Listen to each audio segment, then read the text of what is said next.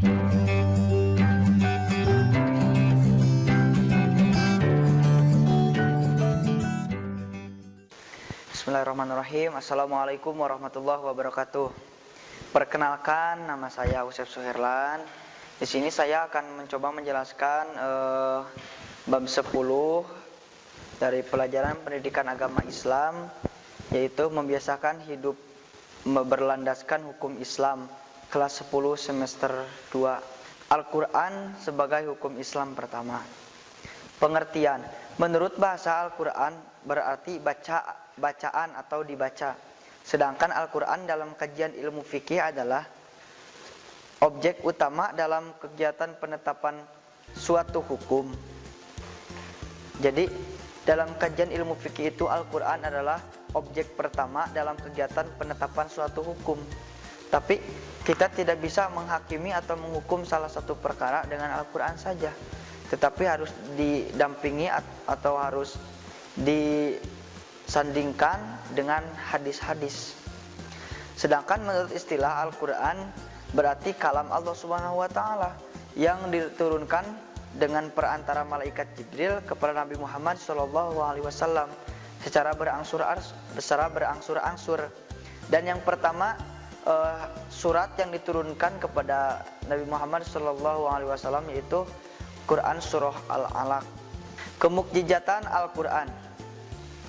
Menurut bahasa, mukjizat berarti melemahkan atau segala sesuatu yang melemahkan. Dalam istilah Al-Quran dinamakan dengan ayat atau burhan yang berarti tanda bukti atau keterangan yang jelas. Sedangkan para ahli hadis menamakan mukjizat sebagai tanda-tanda sebagai kenabian. Selanjutnya, validitas Al-Quran sebagai sumber hukum Islam. Al-Quran memiliki kedudukan yang amat penting dalam kehidupan manusia. A. Al-Quran diturunkan Allah Subhanahu wa taala kepada Nabi Muhammad SAW, yaitu salah satu sebagai wahyu atau diturunkan kepada Rasulullah Nabi yang terakhir, yaitu Nabi Muhammad SAW. Yang B. Adanya kesohihan penisbahan Al-Quran kepada Allah Subhanahu wa taala. Kenapa ada kesohihan penisbahan Al-Quran kepada Allah Subhanahu wa taala? Karena Al-Quran merupakan hudan petunjuk dan Al-Quran merupakan kalamullah atau disebut pembicaraan Allah Subhanahu wa taala. Ya, C.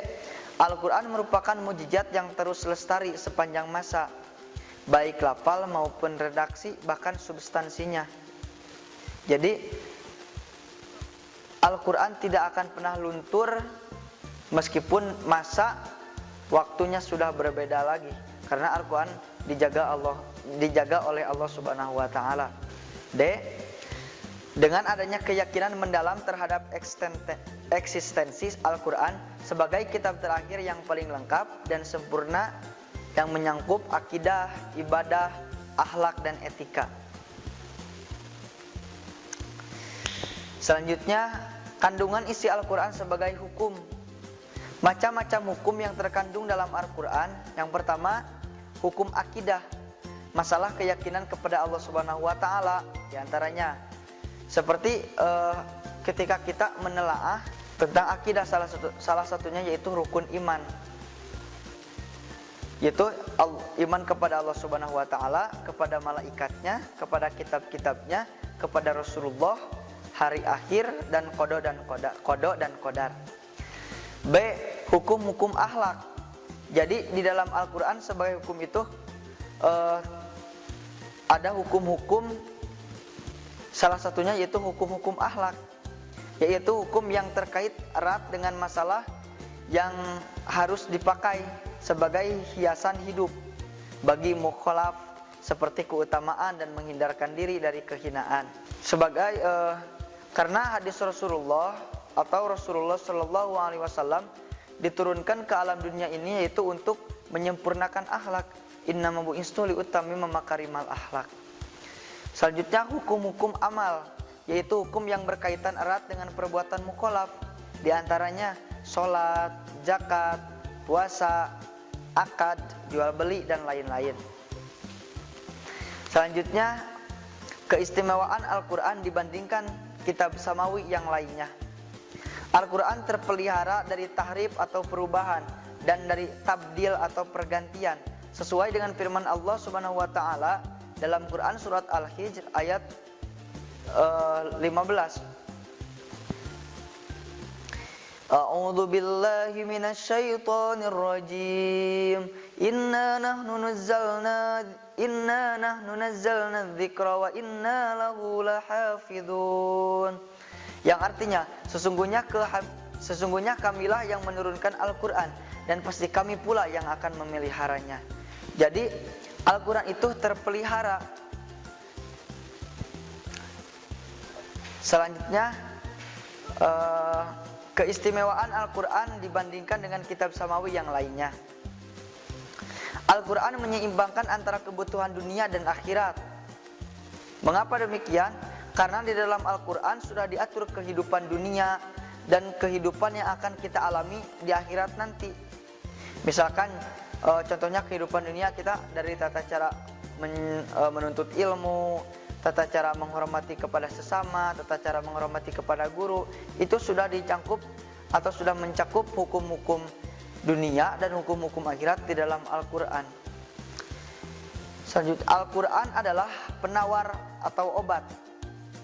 Al-Quran adalah penawar obat hati dari penyakit syirik, nifak dan yang lainnya.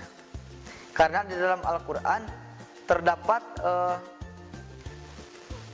penerapan atau penerangan-penerangan tentang penyakit-penyakit hati, yaitu diantaranya seperti syirik, nifak, iri, dengki, dan lain sebagainya.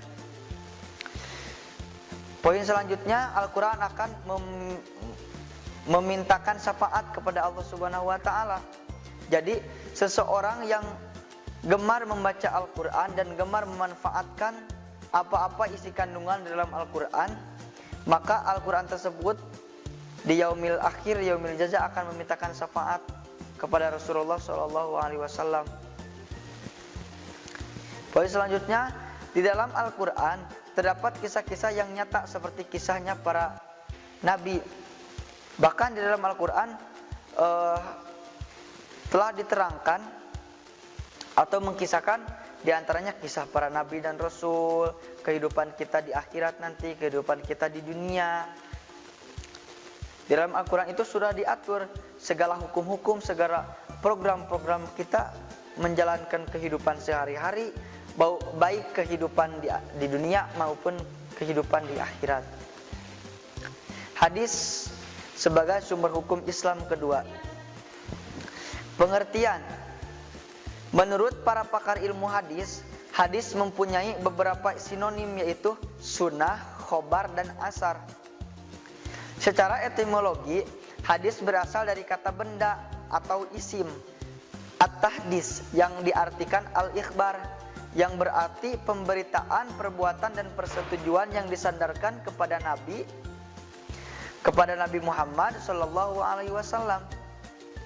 Jadi secara etimologi, hadis yaitu pemberitaan, perbuatan, dan persetujuan yang disandarkan kepada Nabi.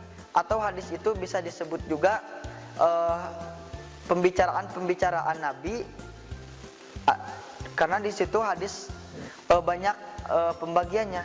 Ada qauli, ada hadis fi'li, itu ada pembicaraan, ada perbuatan, dan lain sebagainya.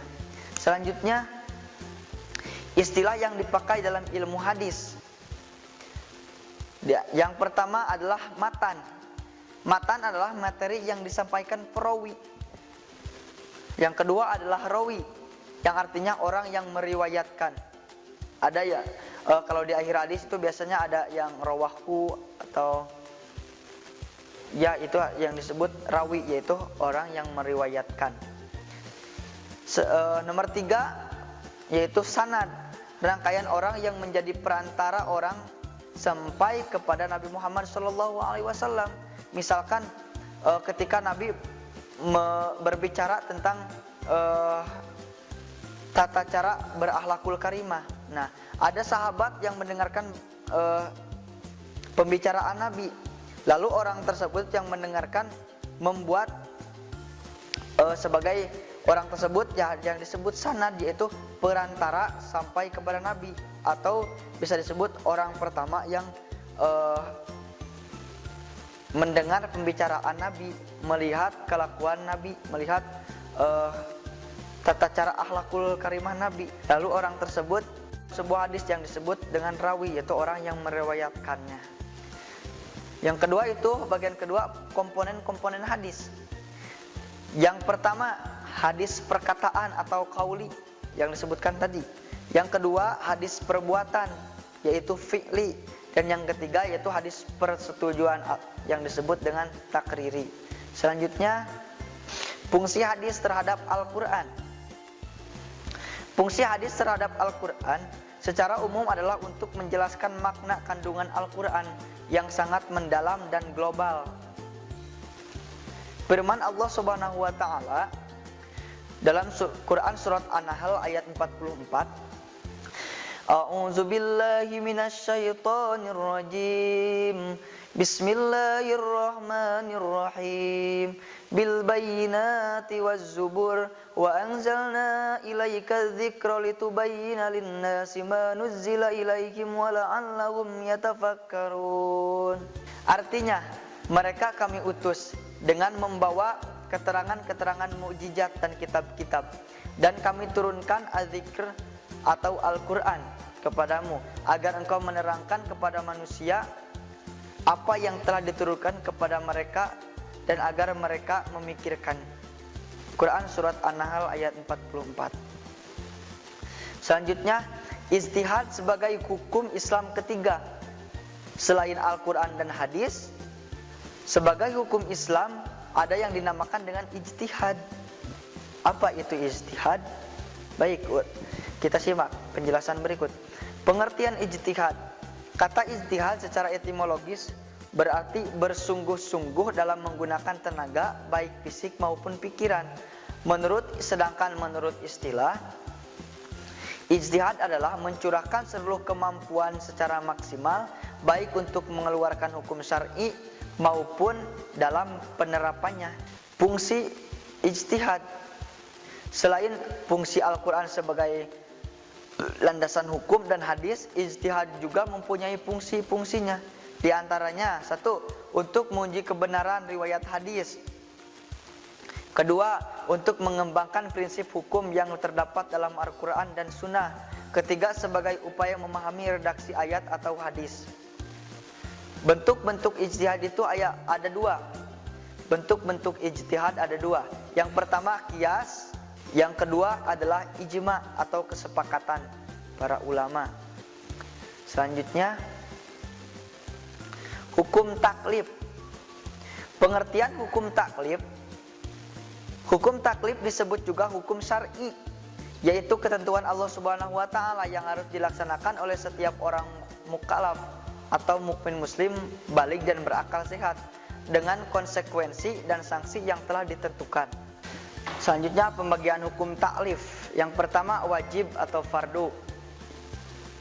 Pengertiannya itu wajib ketika dikerjakan mendapat pahala dan ketika ditinggalkan mendapat siksa. Contohnya sholat 5 waktu, puasa bulan Ramadan, itu diantaranya. Yang kedua, sunnah. Yang kedua adalah sunnah. Pengertian sunnah yaitu ketika dikerjakan mendapat pahala dan tidak dikerjakan tidak apa-apa. Seperti sholat qobla dan sholat ba'da, sholat sunat qobla dan sunat ba'da, sholat duha, diantaranya itu. Yang ketiga, haram. Yang keempat, makruh. Dan yang kelima adalah mubah. Selanjutnya, kedudukan hukum taklif. Yang pertama, sangat penting menempati kedudukan kedua setelah akidah. Jadi setelah akidah itu ada hukum taklif. Yang kedua, B, inti dari ajaran Islam yang diajarkan oleh Rasulullah Shallallahu Alaihi Wasallam pada akhir periode Mekah dan selama di Madinah. C, Selanjutnya, sebagai petunjuk dalam melaksanakan ibadah dan muamalah. Hikmah hukum taklif. Yang pertama, semua amal manusia mengandung nilai ibadah sesuai tingkatnya masing-masing. Di antaranya ada yang wajib, ada yang sunnah, makruh, haram, dan mubah. Yang kedua atau B, meningkatkan diri dalam beribadah dan amal soleh. C, manusia mengetahui konsekuensi dari amal. Jadi sesudah mempelajari hukum taklif, manusia akan mengetahui konsekuensi dari amal. Misalkan kita ketika beramal baik, maka balasannya akan baik. Ketika kita beramal buruk, balasannya akan buruk.